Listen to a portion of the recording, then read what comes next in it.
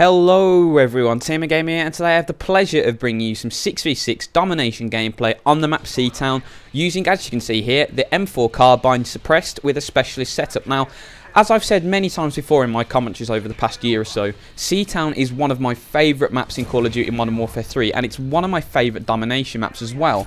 And the reason for this is because the map is so nicely balanced and so competitive that it actually really brings up some quite competitive and interesting gameplay. But if you guys are just interested in getting out, winning games nice and easily without that really nerve-wracking 199-200 finish, this gameplay is for you, because what I'm going to be doing in this gameplay is showing you how to win domination as easily as possible. Now, if you are interested in winning domination as easily as possible on Seatown, the spawn you want to try and get lucky to get, I know you can't really control it, but the two objectives you want to get are A and B dom, and that is because if you get A and B dom, you have access to the room that I'm looking at right now, and this is called rugs or carpets or either of the two, because as you can see on the ground floor there are 3 different types of rugs and carpets. Now, if you hold down this room and don't push too far up on the left hand side, you can keep the enemy held in C dom pretty much the entire game. Now, as you can see from the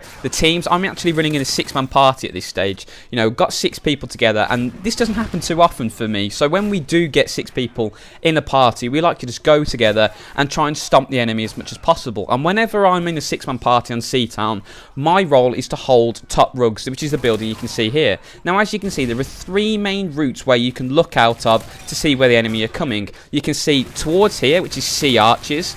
Now, if you look through the window that I'm about to look through now, this is really good. You can see into the library, and the window on the right-hand side that I'm looking through there looks more into the C alleyway. Now, those are the only 3 ways the enemy are going to come for you. And if you just keep your wits about you, you can just make sure that the enemy keeps spawning back in C, and you can hold them there till the cows come home. There's only 2 ways the enemy can come up and get to you if you're in this top building. The first one is the stairs that I'm running down now, and the second way, which is a few people don't actually know about this, even though the map's been out for 7 or 8 months now, there's actually a ladder entrance through the middle of the 3 windows to the top floor. You can jump on top of a dumpster or some sort of box, I'm not even sure what the box is, and then you can hop up, climb into the window and pull yourself over. So that is the one way you've got to look out for enemies coming, because they can take you by surprise. Because if you're looking towards the library entrance, people can sneak through, catch you unawares, and get up and take you out. But if you keep your wits about you, you can hold the enemy here pretty much till the end of the game. It's nice and easy. Now, you can say, oh, this is really negative gameplay, what are you doing? You know, you need to be charging around like a headless chicken. But it doesn't work that way in domination. Domination is all about spawn control. I've seen so many times when I'm playing a game of domination and I'm playing with some randomers and we've got a nice comfortable 2-cap and we're winning the game very, very easily. Everyone's playing well, getting our point streaks in, having a nice game, and all of a sudden this absolute moron charges through the enemy spawn, triple caps, and causes the spawns to flip. And unstable spawns are the biggest danger when you're playing a domination game. If you have 2 flags held down and the enemy has another flag, the enemy are always going to spawn there or thereabouts around that flag. I mean, it's not a rule set in stone. Every now and again they will randomly spawn a little bit, but 99% of the time the enemy are going to spawn by the flag they control. The only way they won't spawn in that flag is if you push up too far. Now, as you can see here, I'm currently in C alleys. Now, as long as I don't push up too far past library, which is in the building right in front of me pretty much here, you'll be fine. You can go this far and not flip the spawn. The danger comes when you push up too far into library, and if I see a teammate or if I push up into library later in the gameplay, I'll point it out to show you where it is. But if you just stay in this region of the map, you can control them very, very nicely. Now, the best weapon to do this if you're going to be in this alley is a shotgun, because as you can see, it's all very, very nice and compact, tight lines of sight, tight areas of the map. So shotguns, and when I say shotguns, I really mean things like the USAS, the KSG and the Striker. Those are my 3 favourite shotguns to use on this map. They are the real choice to go for if you're holding that. However, because I like to go in top rugs and I spend a little bit more of a time looking left out towards C arches, I like to have a weapon that has a little bit more of a long-range capability, and that's why I like the M4 on this map as well. And the great thing about the M4 is it has quite a fast rate of fire, so it's a pretty decent assault rifle to have up close, especially when you're running specialists like I am, because once you've got all of your specialist perks and you've unlocked all the proficiencies for this weapon, it really does turn into a fantastic overall weapon.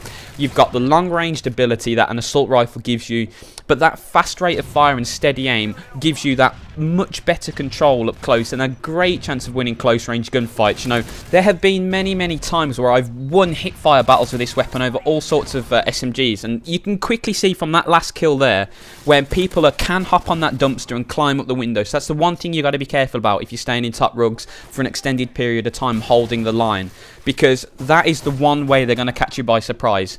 If your teammates are aware and if they're watching alleys and bottom rugs, it's very unlikely that the enemy are going to push up through the stairs on my right that I've just ran past. So that is the only way you've got to be watching, because it's so frustrating when you're not really paying attention, you're on a decent specialist streak, and all of a sudden you get caught with your pants down, and that's a lot of kills ruined, and it's a lot of hard work ruined. So keep your wits about you, and this is really a fantastic power position to hold domination down for as long as possible. But yeah, I'm going to get back to the weapon choice.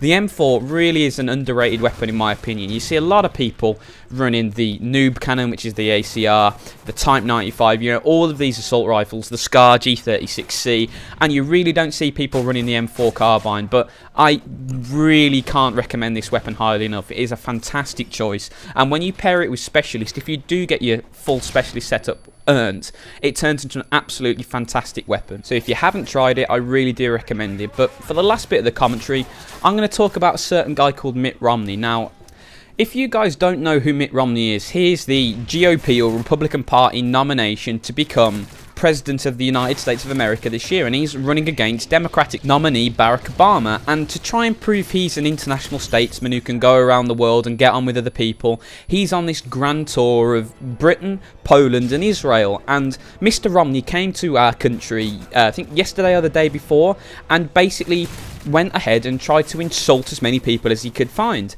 He criticised our running of the Olympic Games. He said that I'm not going to be able to run it. We've completely ballsed it up. There's so many problems. We're not capable. And I think he's made a complete and utter fool of himself, because any one of you who watched the opening ceremony last night can clearly see that even though this country's in a recession, we can still run an event. So I'd just like to congratulate Mr. Romney on proving to everyone what just a complete and utter idiot he is. And I really hope he doesn't poll a single vote, because he's come to this country as a guest. He's had meetings with MI6. He's met our Prime Minister. He's done the full diplomatic tour, you know, he's seen everything, he's seen all the most important people, and he's come to this country to try and make a good impression. And he's made a complete and utter fool of himself. And I'd just like to thank you, Mitt Romney, for providing some absolutely classic entertainment over the last few days. I mean, I thought you were a moron before you came, and your trip to this country really has proved what a complete and utter idiot you are.